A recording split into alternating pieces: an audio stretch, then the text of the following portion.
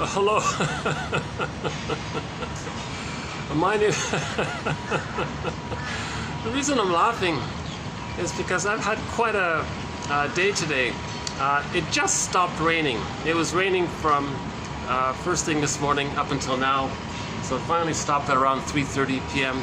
So I had quite a late start. I tried to do this video in the actual rain.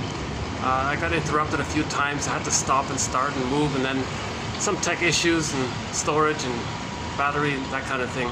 So I feel like, oh my God, is it true? Can I finally make my video today? Hi, an unusual opening. This is my usual opening. Hello, not that part. Hello, my name is Marcus. I'm the compiler of a collection of therapy quotes entitled 1001 Windmills of the Mind. A collection of quotes taken from what's often called the psychodynamic or the psychoanalytic perspective, which long ago, as I understand it, was referred to by some as philosophical medicine, because this perspective seeks to heal developmental trauma, interpersonal trauma, relational trauma, strain trauma that a person may have unfortunately experienced as a child. So how do we, what do we do? Because when there's trauma, we're emotionally frozen, like that woolly mammoth in that block of ice, so we're sort of stuck. At midlife, we say something's missing. We feel like we're living the unlived life, the provisional life. I feel, therefore I am. So we're missing sort of our I amness, our beingness when there's trauma. So we want to get it back. That's what the whole psychoanalytic project is about. Build the ego, strengthen the ego, restore the ego, build a nest, weave the basket. Psychoanalysis, always looking for an egg in a basket that's missing. So we want to build this basket. Just like these construction workers are building these buildings, and when the buildings are complete, it'll house people. Right? Yeah, so just my second time at this spot here. My usual location is unavailable, so we'll see how it goes here today. This is the sort of the smokers area, so we might see a few smokers coming out. In the last video, we touched on a topic called passive-aggressiveness, mainly by Joan Lachkar in her book called How to Talk to a Narcissist. And she has a chapter in there on passive-aggressiveness, meaning not just passive-aggressiveness in general. Her chapter was about people with a passive-aggressiveness narcissistic pattern. So that's maybe the lower functioning narcissistic pattern. There are higher functioning narcissistic patterns, and even healthy people may temporarily need to use passive-aggressiveness just briefly for certain cases. But when it's sort of chronic, that's considered as somebody having the passive-aggressive pattern.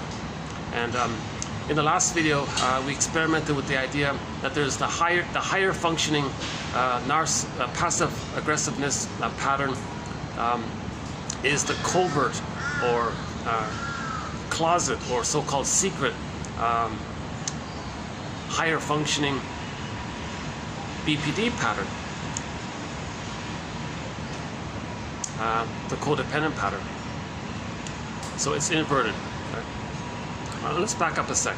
So passive-aggressiveness, the term is confusing. It means the person's angry, they feel hostile, they feel angry, but they don't express it directly. Number one, they don't do it cleanly, they don't know how to make an I statement, and they're very, and rightfully so, afraid to express their anger uncleanly, but they have this anger. How do they express it? They do it passively, indirectly, covertly, quietly, secretly, by doing little things that they know will interrupt other people, disturb other people, and make them angry. Lateness is a common one.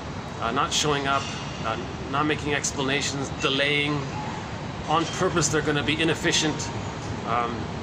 Not following through, putting things off. If the The wife told the guy she doesn't like his cologne, so he would still wear it because he knows it would upset her. So in today's video, we'll add some more quotes to this topic of passive aggressiveness. Actually, this whole video is just going to be on this one topic. So in the last video, can I refer you to the last video for those quotes by Joan Latchkar on passive aggressiveness? So we sort of started into it, and I thought, oh my God, we really need to develop this. So in this video, we'll be doing mainly quotes from a guy named Scott Wetzler. He seems to be sort of the lead in this area. He has a book that's very popular. The TV program 2020 did a whole feature program just on his book. It's very good. And actually, I'll play the audio of it at the end of this video.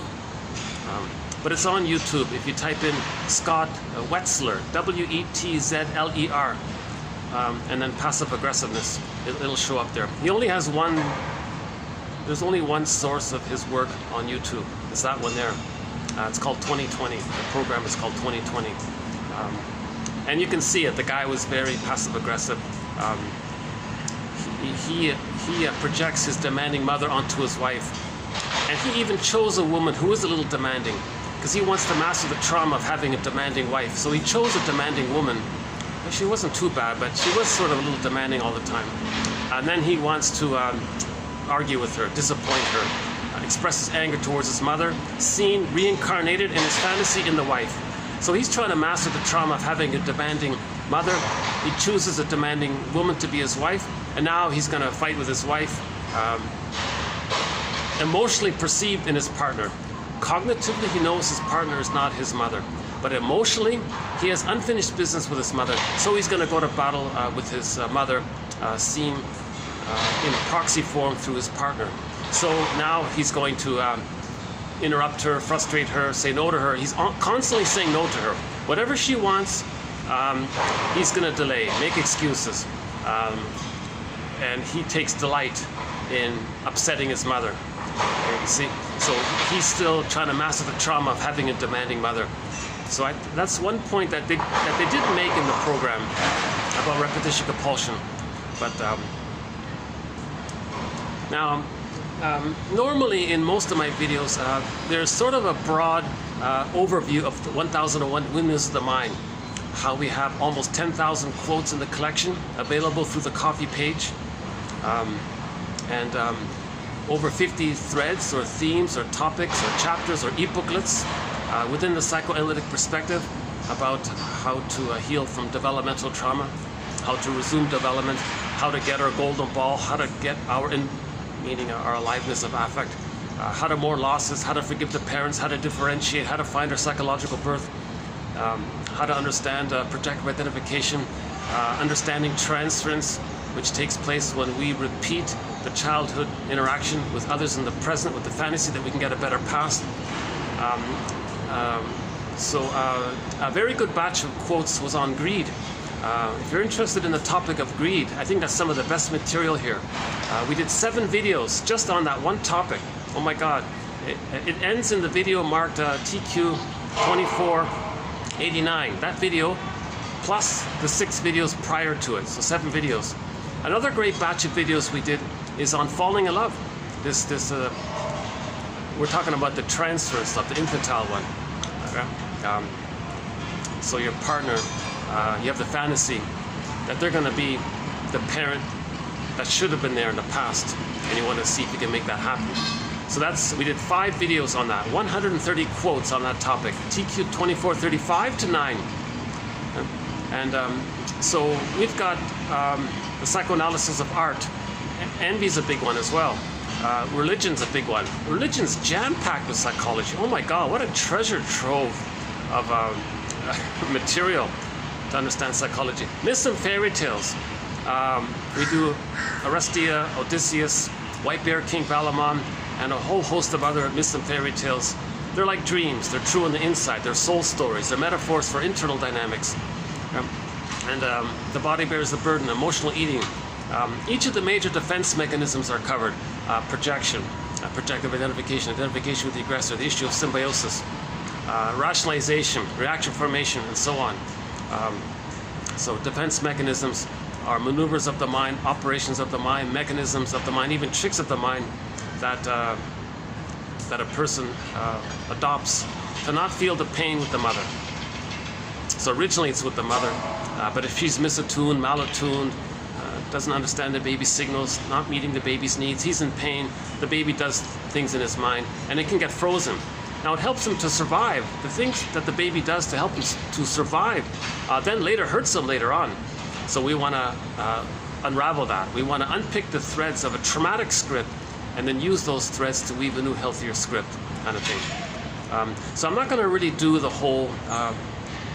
if you go to almost any, even the last video, or the one prior to it, 95% of the videos have sort of at least a 20-minute to 60-minute, 40-minute or 60-minute sort of introduction to 1001 Windmills of the Mind to pique one's curiosity.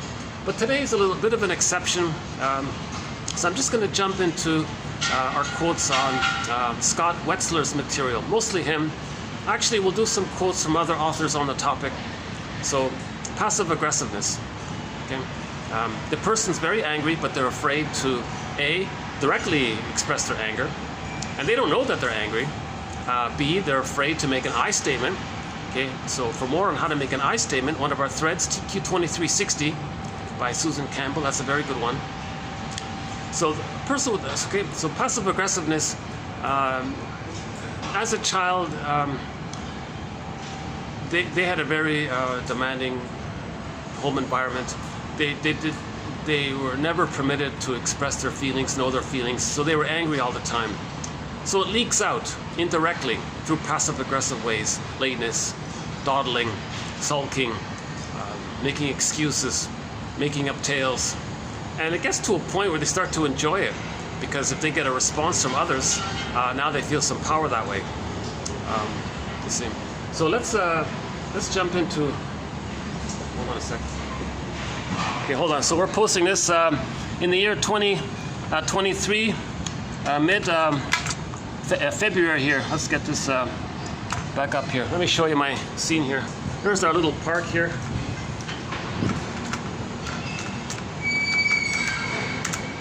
Okay, there we go here. Yeah, should we just take a quick peek here? So it just stopped raining, eh? But normally, there's a bit of drizzle here. Very soon this will be packed with people. The nighttime is coming as well. Yesterday, 2 days ago when we did the video here, this was jam-packed with teenagers playing volleyball and things. Okay, never mind that. So let's talk about passive-aggressiveness. Let's do the standing up then. Ready? Okay. On your mark, get set. Yeah, to keep me going, I drank some coffee. So I'm not normally a coffee drinker, so you might see me a little caffeinated here. So in the last video, yeah, one of the quotes was passive-aggressiveness. It's back off. The person wants to say, it wants to create distance with people. So they're angry at people. So they frustrate them, annoy them to create some distance. And so that's sometimes called obstructionism. He'll do it deliberately. He'll do whatever it is he's supposed to do deliberately, slowly, just to frustrate you. Okay? So he's expressing his anger by doing it slowly, because he doesn't want to please anyone. He doesn't want to do anything that the other person wants. What, you want something? Click, click, trigger. Mother wanted something. Now, their chance to fight with the mother, they're going to protest the mother. So passive-aggressiveness, as I understand it, they're still battling with the mother. See, they see the whole world as mother. Anybody out there who wants anything, they'll do it passive-aggressive. So they're sort of in a transference neurosis, as I understand it. Part of it is creating chaos, sets up ongoing chronic situations. That's a way to create a buffer between him and others, just create this mess. And there's no expectations on him because others will be distracted at the mess. Now he may protest. When others protest, protests that others unfairly accuse him rather than owning up to his own misdeeds. Oh yeah, so when other people call him out on him, he'll immediately say, "Oh, you're being unfair. No, you're saying I'm not a good cook. You don't want me to cook for you anymore. Okay, fine, I won't cook for you anymore." And so the guy said he didn't like. We had the example about the salt guy. The husband said to the wife, "Look, I really don't like all this salt. Could you please just quit? Just cut it out completely?" So she would keep still doing it. He would get angry again and again, and finally he got very angry about it. "What? You're saying I'm not a good cook? You don't like my cooking?" "Well, you know I don't like." "No, you didn't tell me that." And she denies it, pretends, feigns innocence, either forgets or pretends to forget, or consciously, unconsciously doesn't want to remember it, because the unconscious driver is to say no to the mother. So the woman was, "I don't know what you're talking about. Every food needs salt," and he explains that he told her 20 times he doesn't want the salt. So finally the guy gets angry. Okay, now she has a chance to punish the mother. "Well, fine, I won't cook for you anymore if you're complaining about my cooking." Oh boy, you see? So there's a lot of hostility in passive-aggressive people. He has one here about the Mr. Nice Guy one. Pure camouflage, a commando and self-protection, he says here. Okay, so these all come from Scott Wetzler's book, by the way. What else? Other features. Okay, passive-aggressiveness can be seen by withholding information, not giving people the full story, or misleading them by only giving them a part of the information. Okay, so that's to have power of the other person. They're a virtuoso at spinning tales. They believe that deadlines don't exist for him or her. So deadline, somebody wants something? No, I'm not going to pay attention to I'm not going to do what you want. So they're constantly in rebellion. They're in this constant covert rebellion against their mother, seen onto the world and everyone around them. And so that's why things are not on time, things are delayed. Chronic lateness, forgetfulness, master of mixed messages. See, they like that because then they can flip it around. Finally, they may sulk, pout, withdraw, sigh, and then blame you. Just some examples from his book here. Whoever she is. So I'm just flipping the pronouns. He always stuck with he. So I'm gonna alternate between he, she, and they, because everybody uses passive aggressiveness. So by the way, healthy people may temporarily need it for certain situations. We're talking about people who do it constantly. It's their whole MO. It's their whole life is like that.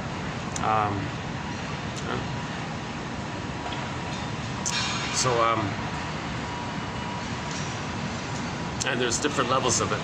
Okay, so whoever she is, your relationship with a passive-aggressive woman probably leaves you feeling unsettled, insecure, wondering why you're always at an emotional crossroad.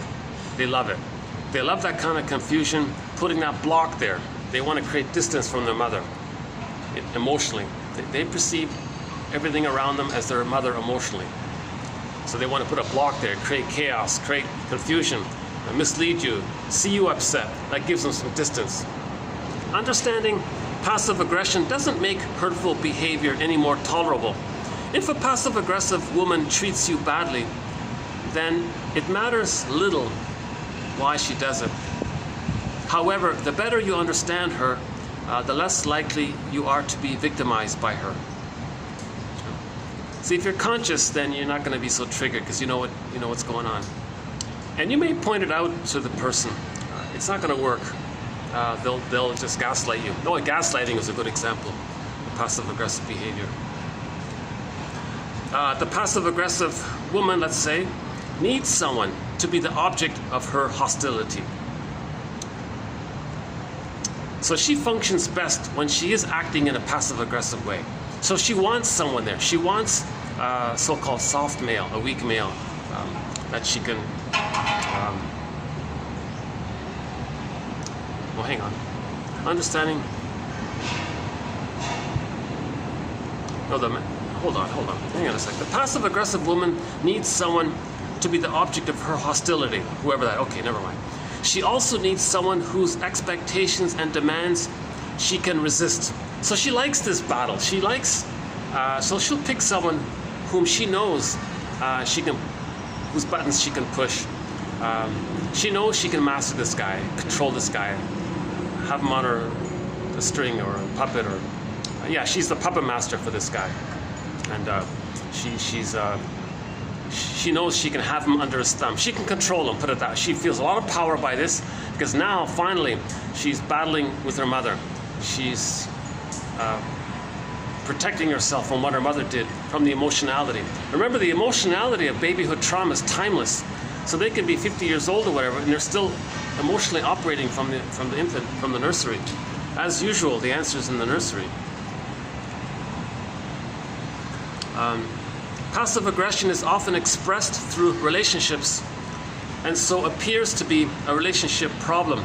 But more often than not, it is a one person's problem. It's hers. So the guy might think, geez, I guess our relationship has a problem.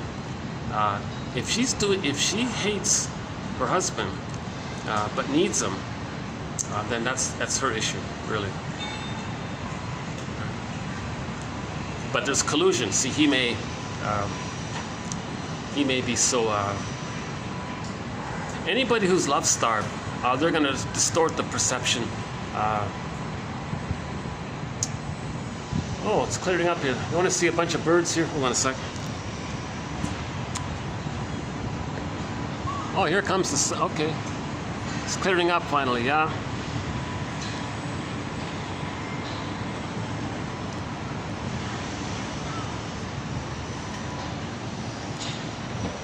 Okay, so this is early in the thread, so I might be making a few little mistakes. I might be hesitant in some areas.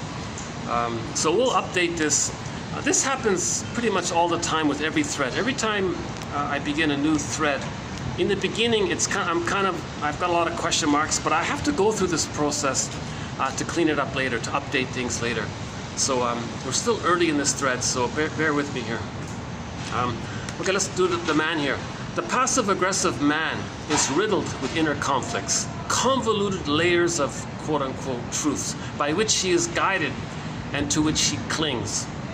Look closely and you'll see one who is afraid of his anger, hiding behind a facade of congeniality. Look closely and you'll see one who is afraid of his anger. We said that.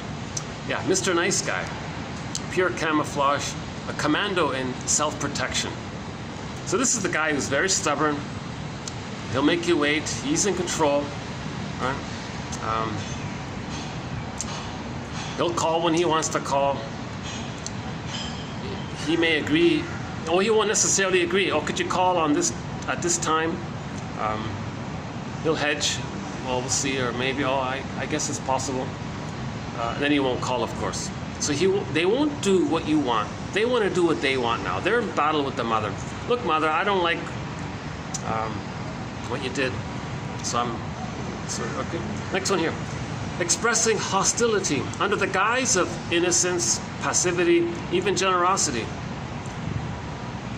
What she says or does confuses you, or maybe angers you. The passive-aggressive woman is simultaneously passive and aggressive. The paradox reigns because she renounces her aggression as it is happening. So a lot of times they're not aware of it. If you call it out, this is an act of anger. What you're doing, you're expressing your anger by doing this, by not following through, by just dropping it and hedging away from it, or making some excuse. That's a kind of anger like that, and they don't get it. They just don't get it. Right? So they don't want to get it, because if they get it, then they have to go through the pain of making I statements. So again, TQ 2360 on how to make an I statement, or just how to make a simple I statement. When this happened, I felt this. Just a very simple thing. People don't want to do it. It makes them feel vulnerable. When they were a child, when the child said, "Mother, I feel vulnerable, I feel hurt," and the mother punished her for that. So that's why they're afraid to make I statements, because of what happened. A passive-aggressive man, his modus operandi is to becloud and confuse, to imply and deflect. You see? I like that. Becloud and confuse, imply and deflect. That sort of summarizes it. Now, an extreme example, a most extreme example is the character Iago. Yeah, we have a thread on that pattern. There's a whole pattern called the Iago pattern. Just envy. They don't want to see goodness. They don't want to be reminded of goodness. They're just envy. Envy means hatred of the good. Yeah, so they're very angry. Now, Iago might not directly do the harmful things to see goodness damaged. He'll covertly spread rumors and get others against themselves. Iago is the consummate passive-aggressive man at the peak of his powers. He lays traps that you unsuspectingly stumble into, and then you feel like a puppet on his string. Yeah. A passive-aggressive person tries to hide their insecurities and fears by grandstanding. So if you call them out on it, they'll be very bloated and grandstand. Yeah. When I hear clients complain and rail against their partners, I wonder what it is in themselves that they are running from. Insight, the identification of a pattern of distortion. I statements. Make I statements rather than you statements. For example, I felt hurt when you interrupted me during our dinner party conversation last night. Rather than, "Oh, you're so selfish. You never listen to me." So instead of saying you this, you that, just say, "When that happened, okay, that was a trigger. It brought me back to childhood. It reminded me of when I was a child, I had a need for such and such. When that didn't get met, I felt angry." And that's what's coming up. See, so you make an I statement. So yesterday at the dinner party, you interrupted me in front of everyone, and I kind of felt angry, but I held it in. So now he wants to, oh yeah, and then how she reacted was, she just disappeared from the dinner table, made some excuse and took off or something. So now she wants to come back to clear the air. Okay, last night, so I want to clear the air about yesterday. Last night when you interrupted me and didn't let me finish my sentence and all that, and then so that was a trigger. An old fear came up from childhood. It was an old fear of being unseen from childhood came up. And then, the story I told myself was, again, no one values me or something. So yeah, so I felt angry by that. And I reacted by just standing up and taking off. That was sort of a reflex, my reflexive self-protective mode. So that's what came up. So I think if I could do it over, I would maybe pull you aside and let you know that my old childhood fear was coming up, rather than me just taking off. When I'm triggered, I'm not the best version of myself. So she's just trying to process that a little bit. It's called making an I statement.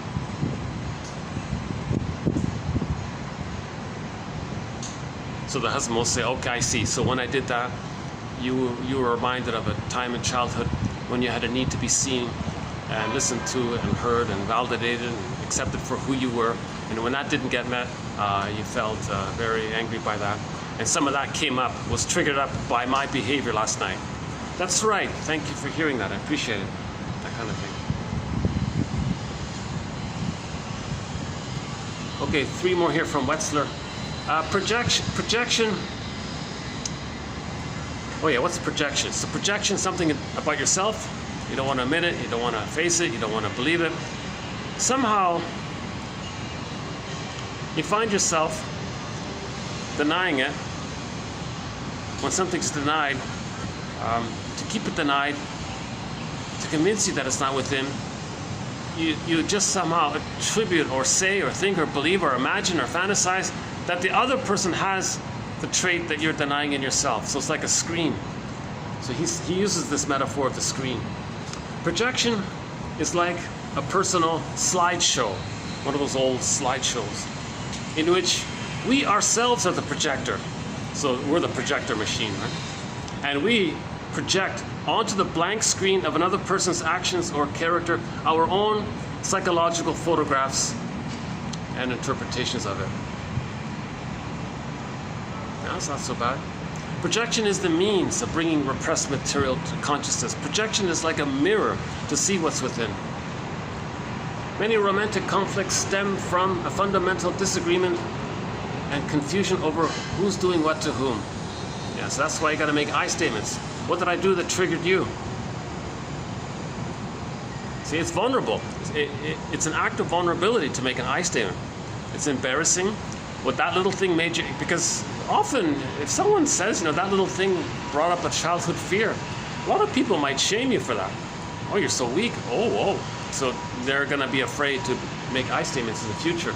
So if somebody does make an I statement, it's a gift. It's an act of intimacy. Last one here. Motivated clients make progress. What moves them is the recognition that a problem exists and that it has a cost. So a passive-aggressive person, if they recognize that their behavior has a cost, they're not living in the present, they're still living in the past, that has a cost because you're not enjoying the present, you're missing out on the present, and you're not having healthy, functional relationships in the present because you're still in battle with the mother in the mind. Projected onto others in the present. That's a huge cost to do this. So when you recognize it, a person might be motivated because they know it's a problem, it's dysfunctional, and is it worth it? So we in the last video as well we talked about forgiveness. Yeah, so a very good quote on forgiveness was presented as well. It all ends up, forgive your parents, heal yourself, sort of the conclusion of it. Okay, the next one, that's all West. The next one here is from a couple, N and L Long. Didn't get their first names. So this is like a husband and wife team, I think. Passive-aggressive behavior. For example, intentional inefficiency. Temporary compliance, but then you don't comply. You just agree to do it, then you don't do it. On purpose, you're not going to do a good job. I think a lot of people in the trades might do this. They don't like you, so they'll do a bad job.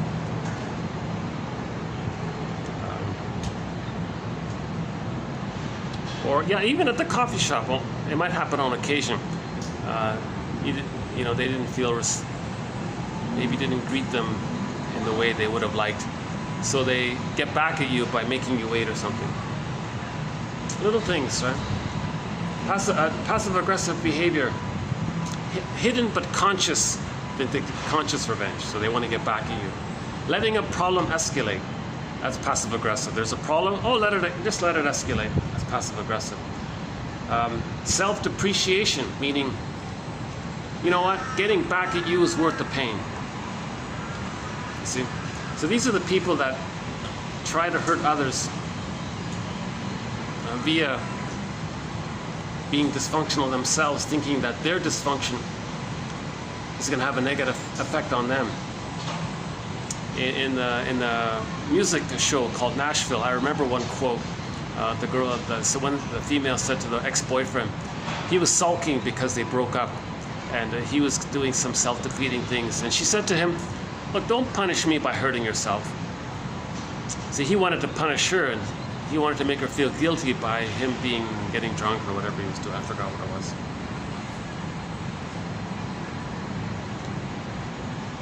That's passive aggressive, thinking that you're going to do something self-defeating, thinking that it's going to bother the other person. Oh, it's worth it. I just want to get back at them, and they don't care. But that's self-depreciation. See, that's a very, that's a bad one. Yeah. Okay, next one here. In a passive-aggressive manner, pretend not to see, or hear, or this is the student one, the kid one.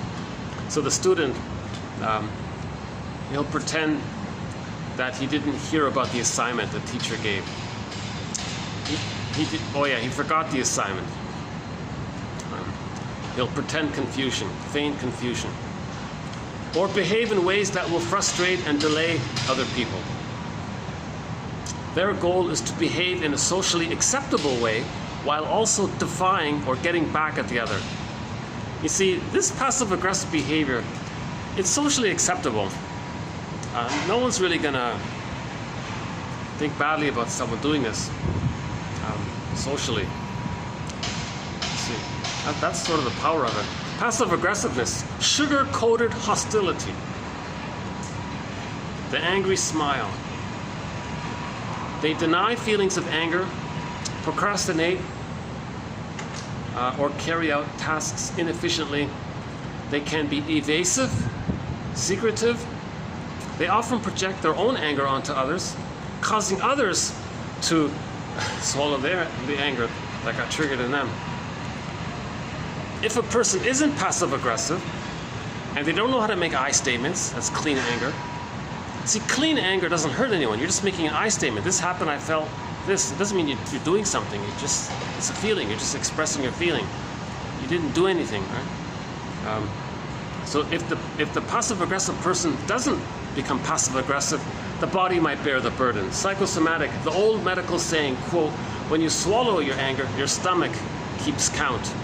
I didn't know this, right? So nowadays we say, the body bears the burden. The body keeps the score. Every body tells a story.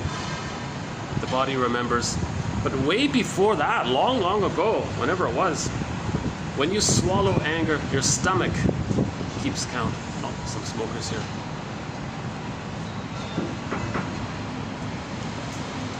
Okay, let's do the next little bit inside here. Okay, so that was 2517. Let's continue this inside here. Hold on a second.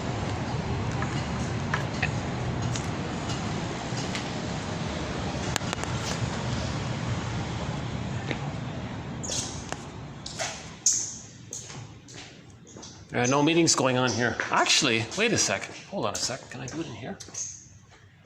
Maybe I could just do it here for a bit. How's that if I just stood right here? How does that work?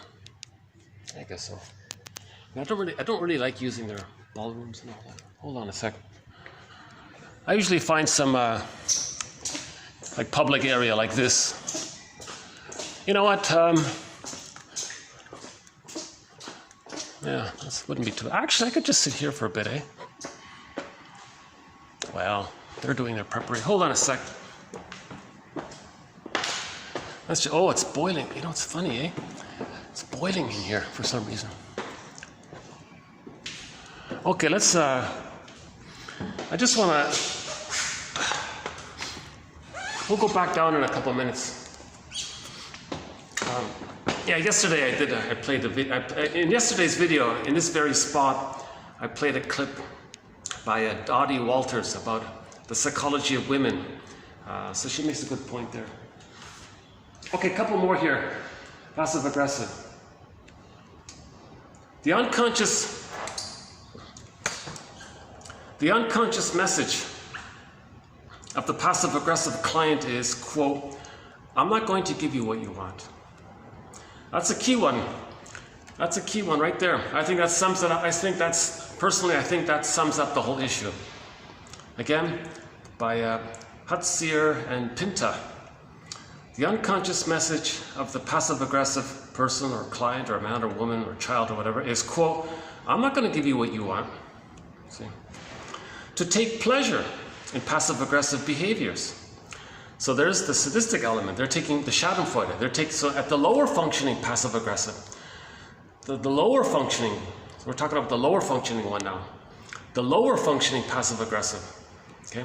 So this would be the secret or closet or covert version of the lower functioning BPD pattern. So the lower functioning BPD pattern, okay, they're overtly angry, impulsive, and shouting and throwing things. They're hysterical, right? A covert version, a closeted version of the overt lower functioning BPD pattern, I'm calling the lower functioning passive-aggressive pattern. They get others to do those things. They make others feel crazy like that. Yeah? So they're just masters at pulling the strings that way, right? They take pleasure in provoking, forgetting to do something they agreed to do, and they like to sabotage other people's achievements, and they feel some pride in this, neurotic pride. There's the schadenfreude. Next one here. Passive-aggressive function of making things unnecessarily complicated. Yeah, so they're good at it. They're masters at this. Why are you making things so complicated? This is a very simple, straightforward thing. Yeah, well, it's because that's what you want. I'm going to make it complicated. Passive-aggressive. Okay, here's a huge question mark here. If a person is stressed, right? The flight, if the amygdala, if the baby is traumatized, the amygdala might be frozen on the flight area. I think that's the parasympathetic.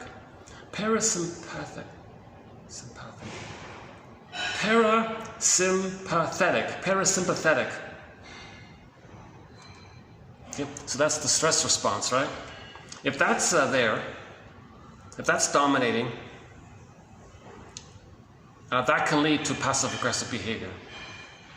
Okay, so if the brain is in flight mode all the time, right? If the brain is in flight mode, that's the passive-aggressive. If the brain is the opposite way, that's the BPD. Right?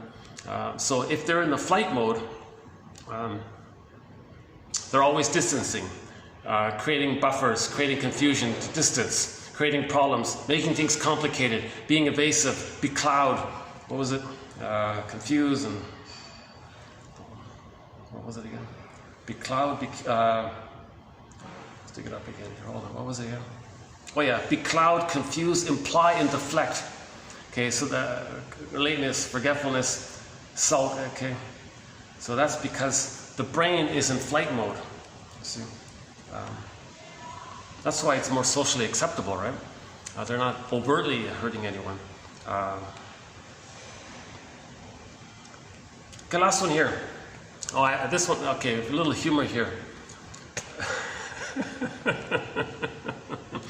Actually, it's been a theme in the recent videos. In the past dozen videos, there's been a joke at the end of it. So here's a joke, sort of a joke for today's video. Very short one. The formal diagnosis of passive-aggressive personality disorder was removed from the DSM. So it used to be an official label in their fancy book there. They took it out recently.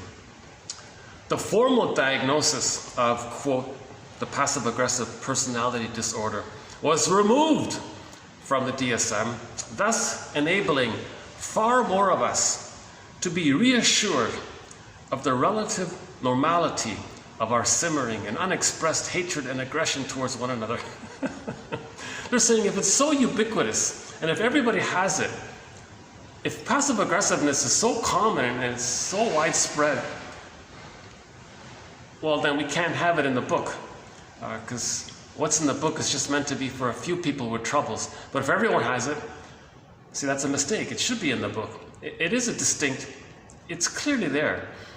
Just like there's the BP, just like there's the narcissistic pattern, we have the, oh, that's funny about the narcissist. Apparently they also eliminated the narcissistic pattern from the DSM because it's so widespread. That's a problem. Shrinks hate that because what are you doing? Why are you thinking these problems are normal? See, these are actually problems. Just because it's widespread, you're redefining what's normal. Keep the label there. It's dysfunctional. Right? If a person thinks they're a little god and they're so entitled, that's a problem. That's arrested development. If a person goes through life and all they want to do is find ways to upset and disrupt you, like Iago or somebody, that's a problem. Right? Okay, since it's quiet up here, it'll be easier to hear the thing. So I'm going to play a clip from the news program called 2020, where they interviewed Scott Wetzler. And now you can't see it. You'll hear the audio of it, but if you look on YouTube, they showed you a couple where the guy was passive-aggressive, didn't do things that the wife wanted, was avoiding her, being evasive, making snide little remarks. Oh, cynicism for sure, yeah, cynicism, making these threatening innuendo. Well, I might leave you then, you know, who knows? I'm thinking about it. Like that's pretty aggressive to threaten to leave the relationship, to scare get the wife back off. But in today's quote, he likes having her there to do this to. If he didn't have her to do this to, who would he do it to? He needs a person to do it to. So he chose her because he thought maybe he can succeed in controlling her, his mother. Now the woman might be doing the same thing, and she's more overt about it, and he's resisting. Cat and dog. It's a collusion. Whenever there's a collusion of two dysfunctional people, it's called cat and dog marriages. They both have exaggerated fears of engulfment, impingement by the demanding mother, and they both have fears of abandonment. So they're cat and dog, they're back and forth like that. So in the clip there, the guy was the cat, and the mother was the wife, sorry, was the pursuer, and he was the pursued. And he loved the arrangement where he worked nights and she worked during the days, so he didn't have to see too much of her, you know. And on his day off, he wanted to be free, but so it's actually pretty good. If you want a good 20-minute overview of this whole issue of passive aggressiveness, that clip, as depressing as it was, not a fun clip to watch. It's kind of it's a little triggering. This topic is quite triggering, to my surprise. I didn't realize how triggering this topic was. Because you can always think about your parents. Which one of your parents is the passive-aggressive one? You see, in some couples, one partner never is aware that they're angry. They never showed any displays of anger. They never stomped their foot or raised their voice or threw a dish, or they never made any kind of overt expression of anger. They never made an I statement. So it was repressed. They denied it. They didn't know they were angry, but they were constantly doing little things to goad the other person to be angry. Okay? So they want to see the other person angry, and they blame them. Why are you so angry? I did such a trivial little thing. What makes you? And the woman doesn't want to acknowledge her contribution to it because she's so afraid of her. She's so afraid of two things: making an I statement, being vulnerable. Okay. And number two, intimacy. That's part of it. Being vulnerable, intimacy. She's very afraid of intimacy and vulnerability. And number two, if they did express their anger, it would be destructive, and it would cause too much trouble. She doesn't know how to manage that. Her ego isn't developed to manage her anger, that kind of thing. So here's the clip here. But you know, let me make sure. Let me just you know what? Let me get my bag, because just to make sure my stuff is safe there. Hold on a sec.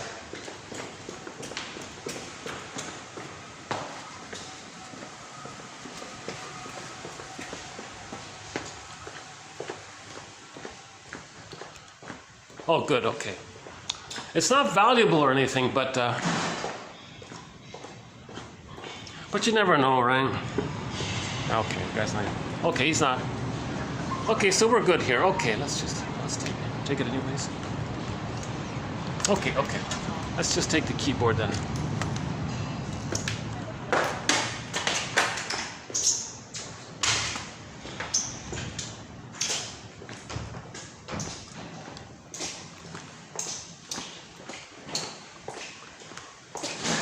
See, because of the rain, I mean, not too many people are around today.